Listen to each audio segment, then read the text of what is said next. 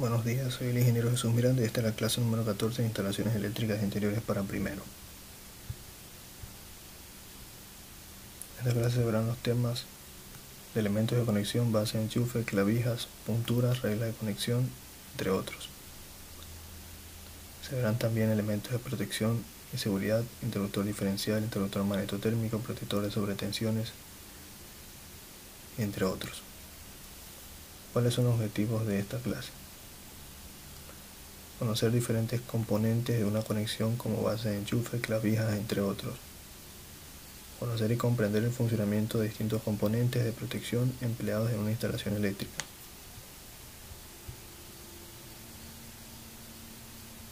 Elementos de conexión. Base de enchufe.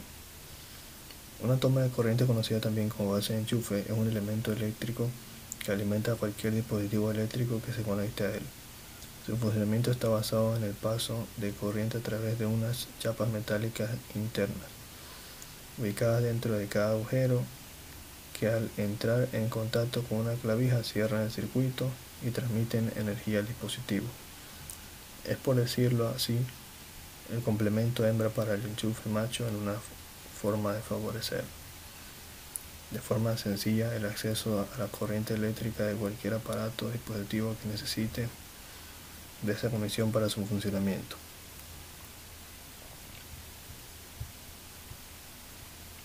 Clavijas.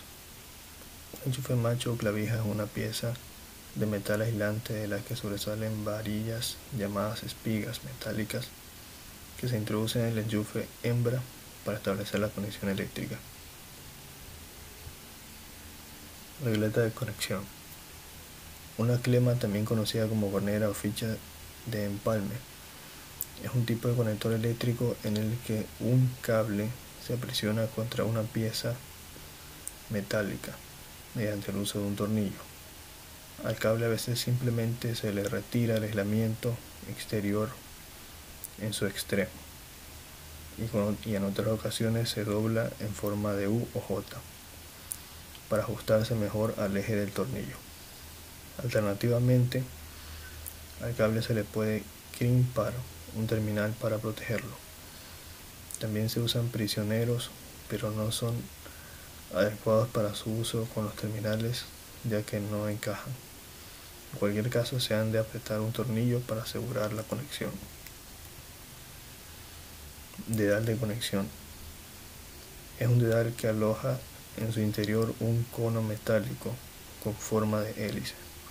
Los conductores se retuercen entre sí previamente y luego se alojan en el interior del dedal realizando un nuevo giro para fijar la conexión.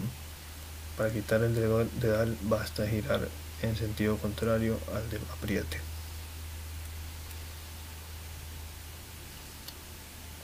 Caja de conexión.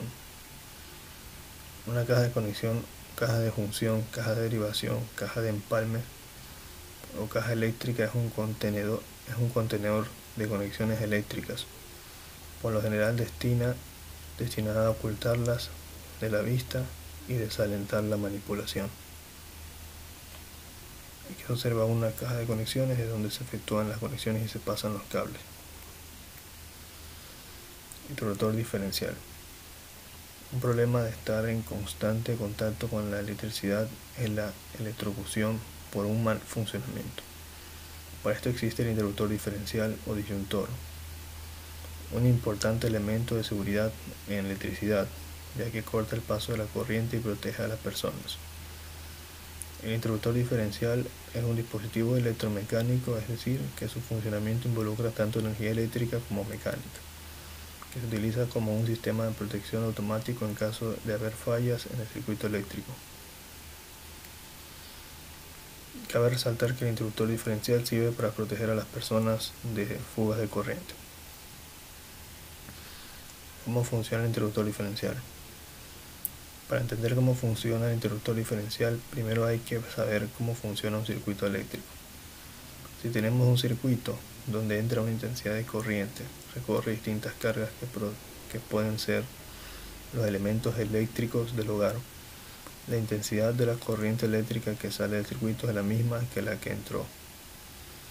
Se pierde intensidad si, por ejemplo, una persona queda electrocutada, ya que parte de la corriente del circuito se pierde por tierra.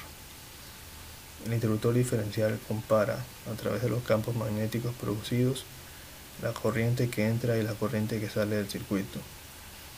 Al ser campos magnéticos producidos por la misma intensidad, pero por corrientes con dirección opuesta, estos se anulan. En el caso de que las intensidades sean distintas, queda un resultante de campo magnético, el cual hace mover una perilla que corta el circuito eléctrico. Parte del interruptor diferencial. Toroide, núcleo central de la bobina, de fase, de neutro y de corriente residual. Bobina de fase. Es la bobina por la que pasa la corriente entrante al lugar para generar el primer campo magnético. Bobina de neutro. Es por donde circula la corriente saliente del lugar para generar el campo magnético que se equipará generado por la bobina de fase. Bobina de corriente residual. Es la bobina que genera corriente en caso de haber un campo magnético. Esta corriente residual es la que avisa que hay una diferencia entre la corriente entrante y la corriente saliente. Solenoide. Contiene una bobina por donde pasa la corriente residual. En caso de que exista esta corriente, quiere decir que los campos magnéticos no se anularon, por lo que la corriente de entrada es distinta de la de salida. Esta corriente residual genera un campo magnético que atrae el costado del solenoide, generando un movimiento que hace que el circuito se abra.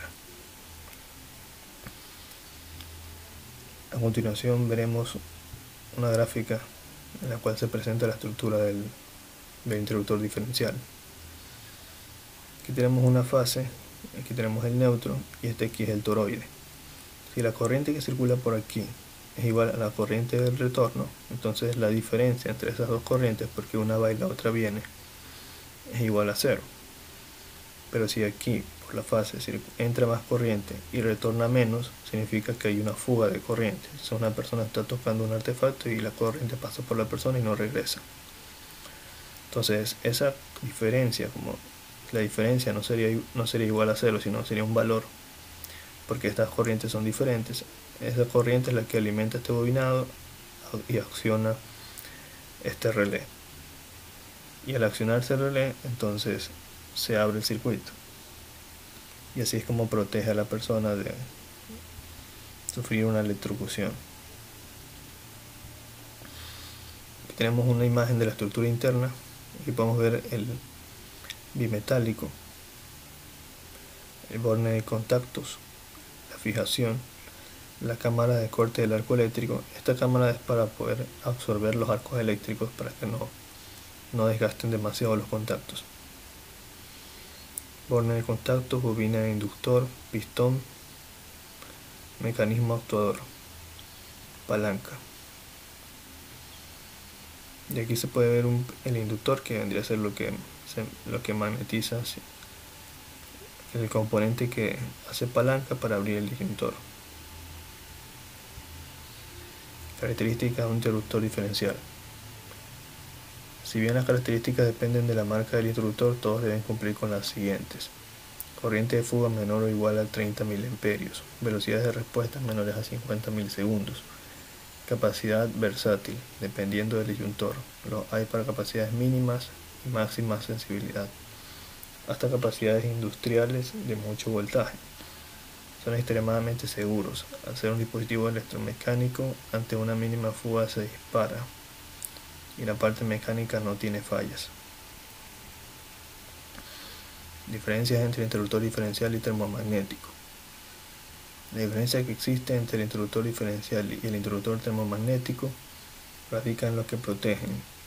Como mencionamos en este post, el interruptor diferencial es el encargado de proteger a las personas de electrocución, mientras por otro lado el interruptor termomagnético es encargado de proteger a los cables y los elementos eléctricos de sobrecargas y cortocircuitos.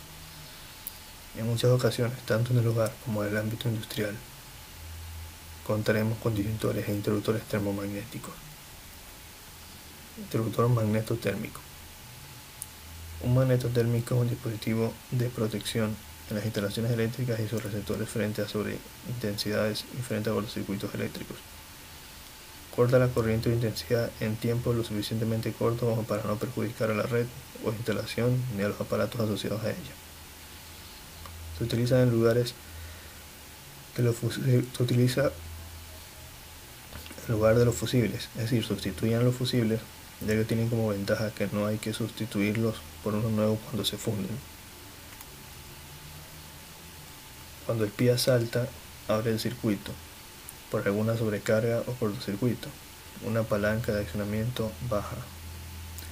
Una vez reparada la avería, simplemente subiendo la palanca de accionamiento ya tenemos el magnetotérmico operativo de nuevo. A esto se le llama rearmar el magnetotérmico. Aquí tenemos el símbolo de magnetotérmico y una figura en real. Esto representa el accionamiento, el disparador térmico, disparador magnético. Cabe resaltar que un magnetotérmico tiene dos partes, la parte magnética y la parte térmica. Ya vamos a revisar ambas partes. Protección contra sobreintensidad y cortocircuito. Por un lado nos protege cuando por el circuito que protege pasa una corriente o intensidad mayor para la que fue diseñado para la carga de consumo en ese circuito, intensidad nominal, IN.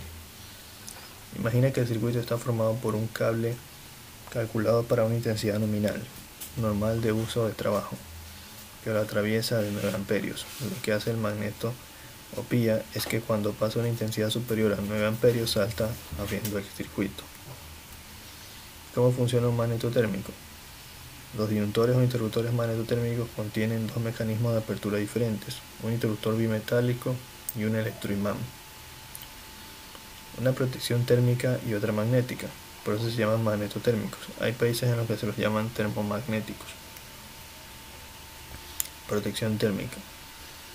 La protección térmica la realiza una parte del disyuntor formada por interruptor bimetálico, dos láminas metálicas unidas que tienen distinto coeficiente de dilatación, y por la que pasa la corriente al circuito haciendo la función de un interruptor cerrado cuando la intensidad que las atraviesa es menor o igual a la corriente terminal del disyuntor. ¿Cómo funciona? La corriente eléctrica que exceda a la nominal del circuito y que se entiende como una sobrecarga produce un calentamiento en el bimetal, las dos láminas unidas. Estas se dilatan lo suficiente como para que el bimetal accione el resorte de apertura del circuito. A medida que el bimetal se dobla, toca y gira la barra de disparo para abrir el circuito. Protección térmica del magnetotérmico. Aquí se ve la barra metálica cuando pasa por una corriente muy elevada. Esta se dilata, se dobla y produce la apertura del circuito. Protección magnética. La parte magnética del magnetotérmico consiste en un núcleo de hierro con una bobina de alambre alrededor de él, formando un electroimán. La protección magnética protege el circuito contra cortocircuitos. Para prevenirlos contra cortocircuitos, la interrupción del circuito debe ser casi inmediata, menos de 5 segundos, y por eso no nos servirá el bimetal, dado que este tiene una respuesta lenta. ¿Cómo lo hace? La corriente de carga nominal pasa a través de las bobinas del electroimán sin provocar ningún efecto sobre él, ya que el electroimán solo debe responder a las corrientes altas de cortocircuito. Cuando por el electroimán pasa una corriente muy elevada, como puede ser una corriente de cortocircuito, hace que el electroimán genere suficiente fuerza de campo para atraer una armadura cercana. A medida que la parte superior de la armadura se mueve hacia el electroimán, la armadura gira la barra de disparo para disparar el interruptor, abrir el circuito y desenergizar las bobinas del electroimán. Estructura del magnetotérmico. Protección magnética del magnetotérmico. Electroimán y lo de acá. Aquí tenemos la estructura del magnetotérmico. Esta aquí es la barra bimetálica y esta es la parte de la bobina. Entonces, si la barra bimetálica se dobla por exceso de temperatura, se abre el circuito. o si el electroimán se energiza, también se abre el circuito por acción de la bobina. Ya, ahora vamos a hablar de protectores de sobretensiones, que es casi lo mismo, un análogo a lo que hemos visto anteriormente. Un protector de sobretensión, también conocido como SPD o DSP, protectores eléctricos o supresor de tensión, es un dispositivo diseñado para proteger dispositivos eléctricos de picos de tensión, ya que gestionan o administran la energía eléctrica de un dispositivo electrónico conectado a este. Un protector de sobretensión intenta regular el voltaje que se aplica a un dispositivo eléctrico, bloqueando o enviando a tierra voltajes superiores a un umbral seguro. Aquí tenemos la figura del protector de sobretensiones. Para evitar que una sobretensión transitoria llegue a afectar a los aparatos conectados a la instalación, se instala un dispositivo que contiene varistores conectados en paralelo entre fase y tierra, y entre neutro y tierra. También pueden haber varistores entre fase o entre fase y neutro, además de otros componentes complementarios como fusibles o descargadores de gas. Los varistores tienen una tensión nominal superior a la de la red que protegen.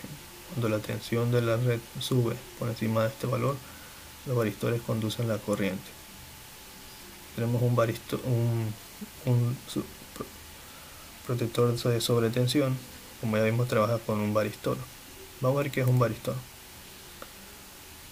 Un varistor o resistor variable es un componente electrónico cuya resistencia óhmica disminuye cuando la tensión eléctrica que se le aplica aumenta. Tienen un tiempo de respuesta rápido y son utilizados como limitadores de picos de voltaje.